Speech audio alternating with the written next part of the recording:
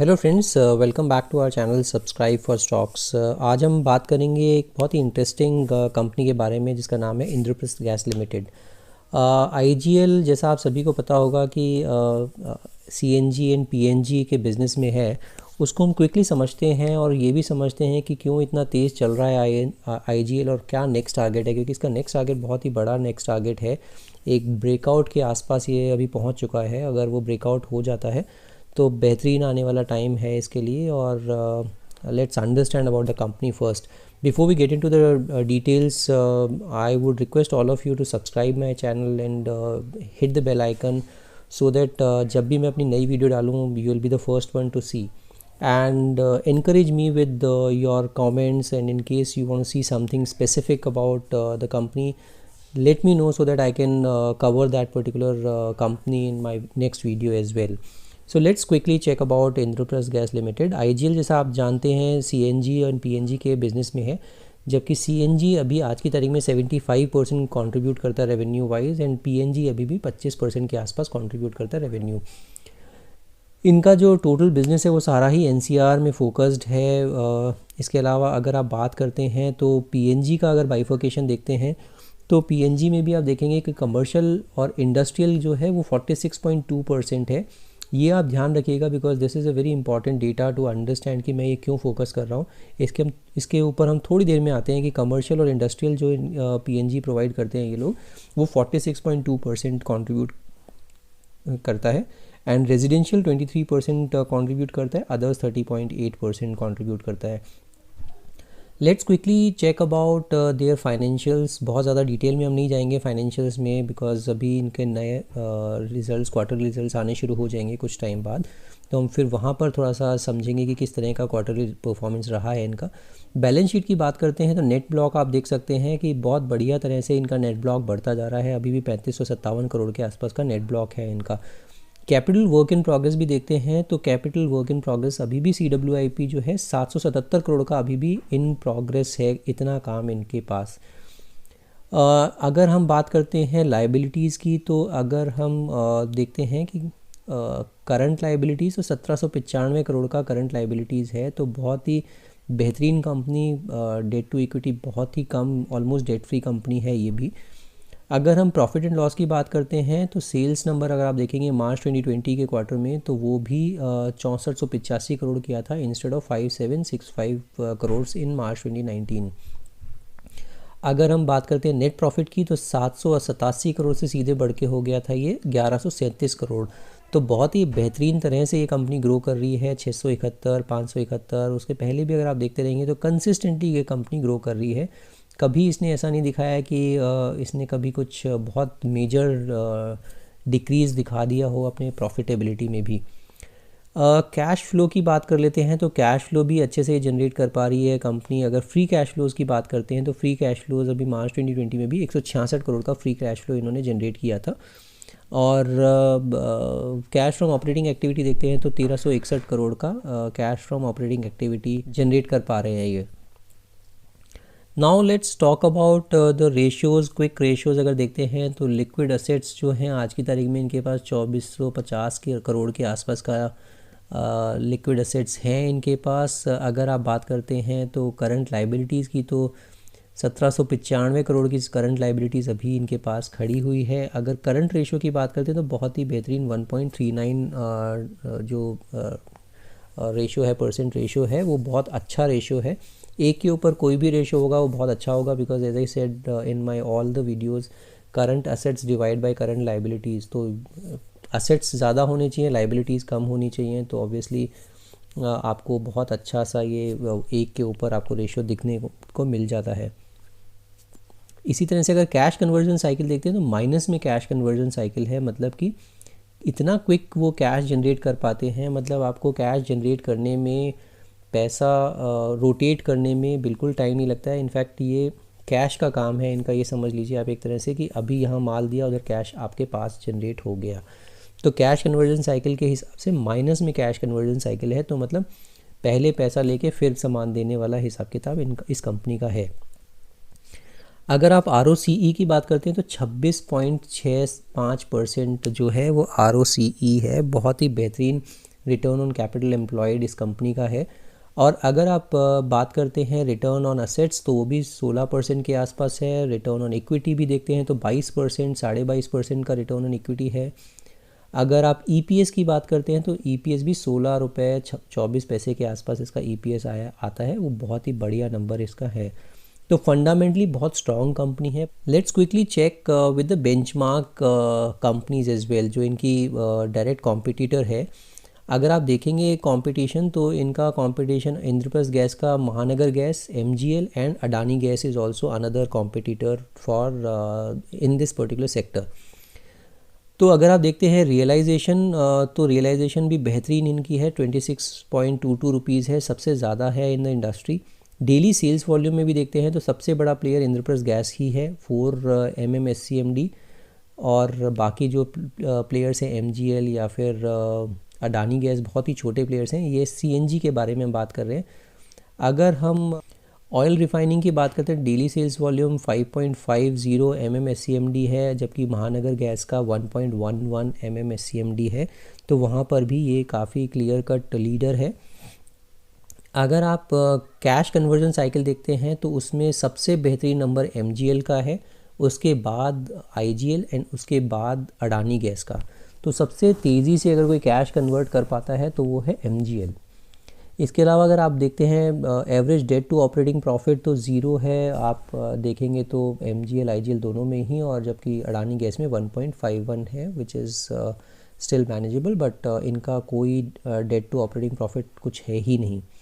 Date to equity भी देखते हैं तो 0 दोनों में है, जबकि अडानी गैस का फिर भी 0.65 टाइम्स है debt to equity. Contingent liabilities भी देखते हैं तो 0.20, और यहाँ पर आप versus profit, so contingent liabilities versus profit देखते हैं तो 0.20 है आईजीएल के केस में, जबकि एमजीएल के केस में कोई लाइबिलिटी है ही नहीं एज़ कम्पेयर टू प्रॉफिट। और अगर आप उसी में अडानी गैस को देखते हैं तो 12.93। तो अगर आप कंपैरिजन करते हो तो बहुत ही डिफरेंट लेवल पर ऑपरेट कर रही है IGL as compared to other 2 companies. अगर प्राइस अर्निंग रेशो की बात करते हैं तो सबसे सस्ती इस टाइम पर है कोई तो वो है एमजीएल, एंड सबसे कोई महंगी है तो वो है 98.77 प्राइस अर्निंग रेशो आ रहा है, जो कि बहुत ही महंगा है। But at the same time Adani gas is again a growth story. वो मैंने एक इस पर भी वीडियो बनाई थी, वो भी आप देख सकते हैं, आई बटन में मैं आपको शो कर दूंगा, वहाँ पर जाके आप डिटेल में भी देख सकते हैं अडानी गैस के बारे में। चेंज इन म्यूचुअल फंड देखते हैं, होल्डिंग लास्ट 3 ईयर्स में तो 2% के आसपास का म्यूचुअल फंड निकले हैं आईजीएल से, जबकि 2.64% एमजीएल में घुसे हैं। प्रोमोटर होल्डिंग इंटैक्ट है तीनों की ही, प्लेज परसेंटेज कुछ नहीं है तीनों में, और चेंज इन प्रोमोटर होल्डिंग 32.50% जो है एमजीएल की घटी है, जबकि 25.20 जो है वो अडानी गैस की भी घटी है। तो ये कोई बहुत वरीसम पॉइंट नहीं है, बिकॉज ये आई एम श्योर कि ये एज़ पर सेबी रेगुलेशन वो नीचे आई होगी इनकी प्रोमोटर होल्डिंग भी। लोकेशन वाइज अगर आप देखते हैं तो इंद्रप्रस्थ गैस का जो लोकेशनल एरिया है वो एनसीआर फोकस्ड है, जबकि एमजीएल सिर्फ महाराष्ट्र फोकस्ड है। बट वहीं पर अडानी गैस का लोकेशन ब्रेकअप देखेंगे तो अहमदाबाद, फरीदाबाद, वडोदरा, खुर्जा, 4% अदर से भी आता है इनका। सेगमेंट ब्रेकअप देखते हैं तो सीएनजी से 75%, पीएनजी से 25% एंड अदर से 0.39%, जबकि अडानी गैस का अगर देखते हैं तो नेचुरल गैस 99% है।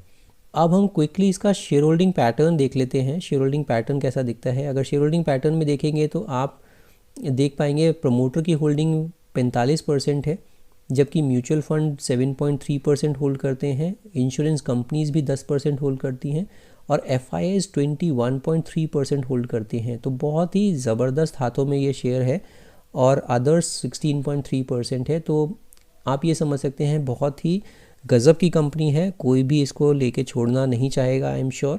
और आप देख सकते हैं एफआईआईज इतने बुलिश हैं, 21% से ऊपर इनका एफआईआईज का इन्वेस्टमेंट है इस कंपनी में। Now quickly talk about the PNG bit, and that too I told you कि पीएनजी में भी इनका जो मेजर कंट्रीब्यूशन आता है वो आता है इंडस्ट्रियल साइड से, जो मैंने आपको यहाँ पर दिखाया था कि पीएनजी का जो कमर्शियल इंडस्ट्रियल पोर्शन है वो 46.2% कंट्रीब्यूट करता है पूरे पीएनजी वॉल्यूम में, रेवेन्यू में।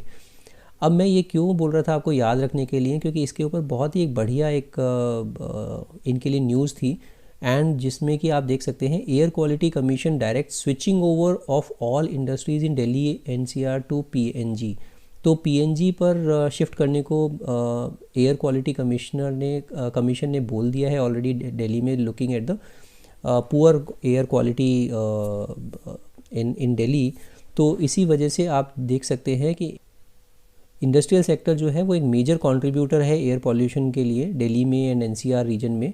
तो इसीलिए जो commission of air quality management ने ऑब्जर्व किया एंड डायरेक्ट किया switching over of all industries in the capital to piped natural gas. अब जब इन्होंने ऑलरेडी बोल दिया है कि पीएनजी पर कन्वर्ट होना पड़ेगा, तो उसका डायरेक्ट बेनिफिशियरी कौन है? उसका डायरेक्ट बेनिफिशियरी है या तो आईजीएल या फिर गेल। एंड आईजीएल इसका बहुत बड़ा बेनिफिशियरी है, बिकॉज आईजीएल का सारा काम ही दिल्ली और एनसीआर फोकस्ड है। एंड अगर आप देखेंगे तो जो दिल्ली पॉल्यूशन कंट्रोल कमेटी है उसको भी डायरेक्ट किया गया है to inspect and identify the industries using unapproved fuels and take stringent penal action in case of non compliance. तो बहुत स्ट्रिक्ट ये एक्शन होने वाला है डीपीसीसी का भी, और गेल को भी ये बोल दिया गया है कि पूरा जितना भी असिस्टेंस रिक्वायर्ड है वो सारा असिस्टेंस करके around 1644 industrial units spread across 50 industrial areas in Delhi have been identified to switch over to PNG. तो आप समझ सकते हैं कि कितना बड़ा एक बिजनेस खुल गया है आईजीएल के लिए। And it is a forced decision, ऐसा नहीं है कि किसी की मंशा है कि वो करना चाहें या नहीं करना चाहें, it is a forced decision, force majeure है ये। एंड इसी वजह से आईजीएल को बहुत ही बेनिफिट होने वाला है आने वाले टाइम में। And though a sizable number of industries are using PNG, the Commission stressed the need to switch over to PNG by all identified industries in Delhi, considering the fact that industrial sector is one of the major contributors to air pollution in Delhi and the NCR region. तो इस वजह से बहुत अच्छा ये एक opportunity है, और इसी वजह से आप देखेंगे आईजीएल के शेयर में काफ़ी तेज़ी से ऊपर बढ़ा है। लेट्स क्विकली सी आईजीएल्स लाइक वो भी देखते हैं कि आईजीएल पर कुछ रिपोर्ट्स भी हैं।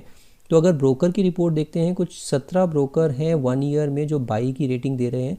अभी भी जो अगर आप देखेंगे रिसेंटली बीओबी कैपिटल मार्केट्स ने इसका जो टारगेट सुझाया है वो 565 रुपये का सुझाया है। 3 दिसंबर 2020 को ये रिपोर्ट निकाली है इन्होंने, और 565 रुपये का नेक्स्ट टारगेट बताया है। तो अभी भी कुछ 10% 8% के आसपास का अभी भी ऊपर का टारगेट है। अगर आप देखते हैं जियोजित का, तो जियोजित का 523 का टारगेट है, दौलत कैपिटल का 600 रुपये से ऊपर का टारगेट है। तो बहुत ही ज़बरदस्त टारगेट्स आप देख सकते हैं। तो कहीं पे 565, 548, 600, 430 तो बहुत पुराना है, टारगेट मेट हो गया है अभी आईसीआईसीआई सिक्योरिटीज़ का। तो बहुत ज़बरदस्त इस पे रिपोर्ट्स भी हैं, और अभी के तारीख में बहुत अच्छे से ये पॉइज्ड है। चार्ट्स पर भी हम देख लेते हैं क्विकली। अगर डेली चार्ट पे मैं आपको ये लेके आया हूँ, डेली चार्ट पे अगर आप देखेंगे तो इसका जो पहला रेजिस्टेंस दिख रहा है मेरे को, पहला रेजिस्टेंस है वो है 515 के आसपास।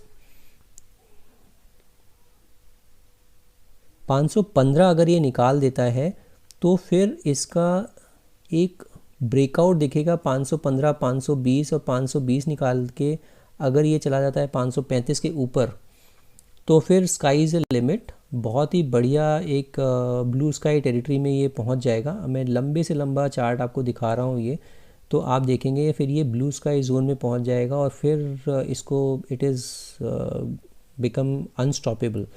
तो आप जैसा देख सकते हैं ये राउंडिंग बॉटम बनाकर ये काफ़ी दिन से यहाँ पर कंसोलिडेट किया इसने, और अभी जो आज की तारीख में ये जो राउंडिंग बॉटम इतना बड़ा इसने बनाया यहाँ पर, इसको यहाँ से अगर ये निकल जाता है, अगर ये लेट्स से यहाँ पर मैं अगर आपको ड्रॉ करके दिखाऊं, तो ये इसका पहला जो क्विक टारगेट है वो है 535 रुपये का। ये पहला छोटा टारगेट अगर देखेंगे तो 515 का अगर ये निकाल देता है, जो कि आज 511 पे बंद हुआ है और हाई पर ही बंद हुआ है। इसमें एक और अच्छी चीज़ चार्ट पे मैं आपको बताता हूँ कि अभी कुछ दिन पहले ही, इनफैक्ट एंड ऑफ नवंबर में ही इसने अपना गोल्डन क्रॉसओवर भी दिखाया था, और गोल्डन क्रॉसओवर दिखाने के बाद इसने चलना शुरू हुआ, बहुत ही तेज़ी से ऊपर चला है ये स्टॉक। अभी क्या करें? अभी के अभी ख़रीदें, अभी के अभी ख़रीदने का मुझे लगता है अगर आप ट्रांचेस में ख़रीदेंगे तो it will be better, because अभी बिल्कुल ये स्टीम अप हो चुका है। मेरे ख्याल से पहला जो ट्रांच ख़रीदना चाहिए वो 500 रुपये के आसपास ख़रीदें, और नीचे गिरता है तो और ख़रीदें 480 तक, एंड फिर वेट करें और ये 600 रुपये तक आराम से जा सकता है। पहला टारगेट आप 535 पकड़ के चलिए, शॉर्ट टर्म ट्रेडर्स 535 पे निकल सकते हैं, और 535 के बाद अगर आपको लगता है आपके पास पेशेंस है तो ये आपको बहुत ऊपर के भाव दिखा सकता है। आईजीएल में बहुत पोटेंशियल है इस कंपनी में, और ये जो न्यूज़ मैंने आपको बताया था पाइप नेचुरल गैस में कन्वर्ट करना है सारी ही इंडस्ट्री को दिल्ली में, very very positive news for the company. So this is it. In case you haven't subscribed my channel, do subscribe it. I am again requesting you. And in case you haven't opened your demat account as yet, तो मैं उसके लिए link दे रहा हूँ आपको description box में, तो वहाँ पर जाकर आप अपना डीमैट अकाउंट खुलवा सकते हैं, and then you can connect with me directly as well for any recommendation, any of my suggestion. I am there to help you all. And अगर आपको कुछ स्विंग ट्रेडिंग के आइडियाज़ चाहिए तो आप मेरे को ऊपर दिखाए गए ट्विटर पर फॉलो कर सकते हैं, टेलीग्राम चैनल पर भी मेरे को फॉलो कर सकते हैं, and you can make quick buck with these kind of ideas as well. जैसे मैंने आज ही सीएसबी बैंक को सुझाया है, जहाँ पर कि एक बहुत अच्छा पैटर्न बना है. आप ज़रूर जाके मेरे ट्विटर पर देखिए, वहाँ पे मैंने भी अपनी पोजीशन बनाई है, एंड आई एम होपिंग कि वो हमें अच्छा पैसा कमा के देगा. So this is it for today's video. We'll see you in the next video. Thank you so much for watching this video.